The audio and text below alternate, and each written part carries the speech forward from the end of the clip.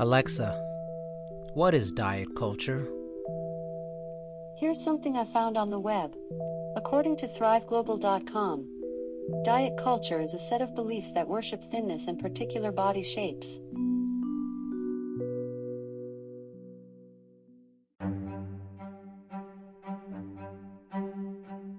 This is Dr. Erin Nitschke. This is Dr. Darian Parker. This is Decoding Diet Culture. Hello, everyone. Welcome back to another episode of Decoding Diet Culture Season 2. As I said in the first episode, we are unraveling a lot of different popular fad diets and dietary patterns in this particular series for this season. And last time we talked about the carnivore diet and broke that down. This time we are looking at the Scarsdale diet, an oldie but a goodie. So we will talk about the history, its marketed purposes and benefits, assumed benefits, summary of the protocol, and any considerations, faults, or flaws, and then give you a bottom line kind of take-home message. So the Scarsdale diet, this was super popular in the 1970s. And at the time, it was based on what was then popular, this book by Dr. Tarnower. And he was a cardiologist in Scarsdale, New York, thus the Scarsdale diet. This guy promised his followers that they could lose up to 20 pounds in less than 2 weeks. So if you do the quick math on that, you know that that's probably not the healthiest route to go when guidelines are probably maybe 1 to 3 pounds safely a week. But that doesn't always mean that it is going to be fat loss. Some of it's metabolic water, some of it's, as a result of reducing carbohydrate intake, all of that. So this coming from a cardiologist is super scary. And the reason I bring this up is because I want to encourage listeners to think about it. So when people lose weight super quick, they are losing protein, and protein is found in your muscles and muscle tissue. So if we think about it, this guy's a cardiologist, right? The heart is a muscle. It is an involuntary muscle, and it's cardiac muscle, different than your skeletal muscle or smooth muscle that lines your arteries and digestive tract.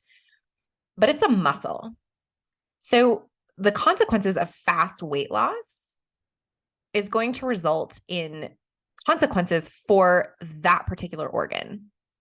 So think about how this might impact the cardiac system, which is super scary, because if your heart's not beating, not a lot else matters, because basically that's cardiac death. So just throwing that out there as kind of like a little, maybe chew on that for a minute.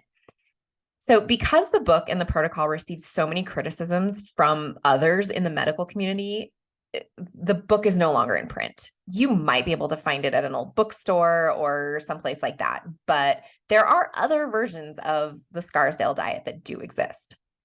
So initially what it was marketed for was weight loss via this quick fix protocol. And when we see quick fix, and if you listened to our first series on decoding diet culture, we used the term buzzwords to outline kind of issues and scary aspects of diet culture and its lies and its myths and things that it's made consumers believe forever. So quick fix is a buzzword. It's code for highly restrictive and unsustainable. So that was the initial benefit. It was like a purported to be this magic bullet that's going to get you dropped down to 20 pounds. Nowhere in there does it say you're going to feel like crap the whole time, or you're sacrificing necessary tissue, you're losing minerals, minerals, macro minerals, all sorts of things. So the summary of the protocol is 1,000 calories a day. And what's really silly is it's regardless of a person's age, sex, weight, physical activity levels. That's insane. A toddler needs 1,200 calories a day. What are we doing telling people 1,000 calories a day is a good idea? The macronutrient breakdown is about 43% protein, 22.5% fat, and 34.5% carbs. So mostly protein-based. No snacks unless it's carrots, celery, or low sodium veggie soups. So essentially these very low caloric options that do have some fiber to them. No snacks that are anything that's not nutritious. So, foods such as potatoes, rice, avocados, beans, lentils, all of that. So you can't have those. At least 4 cups of water per day. You can have black coffee or plain tea or diet sodas. And likely that's recommended because caffeine in and of itself is an appetite suppressant. So if you drink enough of it, you will not perhaps perceive hunger in the same way that you would should you just be drinking water or something like that. So this part of the protocol, this 1,000 calories, lasts 14 days. And then you transition to something called, this is what cracks me up, Keep Slim program. There's just a general problem with that title. Keep Slim. Okay. At this point, some banned foods are reintroduced. So things like bread, baked goods, and 1 drink per day. 1 alcoholic drink per day. You can increase portion sizes at this point if you would like. And Tarnower suggested following the Keep Slim plan, unless you notice your weight increasing, which it's going to. Then you revert back to this crazy restrictive 1,000 calories a day for the 14 days. So foods allowed are like your raw, so non-starchy veggies, fruits with an emphasis on grapefruit, protein bread, that'd be interesting, lean meats, eggs, but they have to be prepared plain. So maybe they're hard boiled or they're just fried in nothing, like a nonstick pan. Low fat dairy, and this is the best part, only 6 walnuts or pecan halves a day. 6. Make sure to count those out. Do we see a problem with this? Considerations, faults, and flaws. So first of all, it's highly restrictive. And when something is highly restrictive, the sustainability factor increases. So that question of, can I sustain this, becomes a little bit more evident to people that, wow, this is a lot. I could maybe do this for 2 days, but 14, that's a long time. And 1,000 calories a day is just crazy low. It's below basal metabolic rate for 90% of people. When the body goes into these extreme deficits, weight loss does occur, but at the expense of what I mentioned earlier, muscle tissue and your glycogen stores. So when you're restricting carbohydrates, carbs, for every gram of carb that's stored, it's about 3 to 4 grams of water that's stored. So if you think about taking away a carbohydrate source, glycogen source, then that water loss is going to occur because carbs are not being stored. So of course, that metabolic water is not going to be included. So initially when the scale goes down, that's what we're seeing. And that's a problem. Highly restrictive plans are generally temporary, as is the weight loss, and the weight loss will generally come back after the protocol is stopped, or it will result in a yo-yo kind of dieting situation.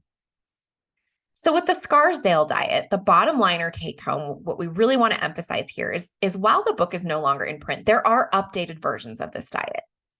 Regardless of the version, it still promotes highly restrictive eating. And the sad thing is it vilifies calories. We need calories. We're physical beings. And it prioritizes the number on the scale instead of a person's bigger picture of health, which includes how they're sleeping, how they're feeling intuitively, their energy. Like, are they getting late day fatigue? Trust me, on 1,000 calories a day, you're fatigued all the time. You're not able to sustain yourself. There's also no integrated behavior change process. It's just this prescribed plan with a list of banned foods and allowed foods. And the problem there is we're categorizing foods. We're taking this approach of a dichotomy of these foods are good and these foods are bad. I can have this and I can't have this. The only time those labels should enter a person's lexicon is if they are, say they have a health issue. I can't have peanuts. I'm allergic. Great. Let's label it as a can't have. But this good and bad and can't have when it comes to, well, there's too many calories. This is a 1,000-calorie diet. This is super problematic. So as with any drastic change to your physical activity or your nutrition protocol, it is best to get the advice from a registered dietitian. They can provide medical nutrition therapy. Their scope of practice is much wider than I assure you, the influencer on Instagram or TikTok that's promoting this type of stuff.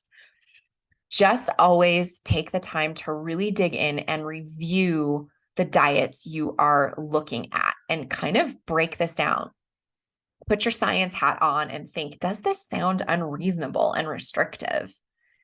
And if the answer is yes, then it's probably not the safest route to go. And again, the weight loss here is likely muscle tissue, water, and it's not long-term. So once that eating style is stopped, then it's going to return to your original weight, if not more. So we hope this episode has been helpful. We will catch you next time on our next episode.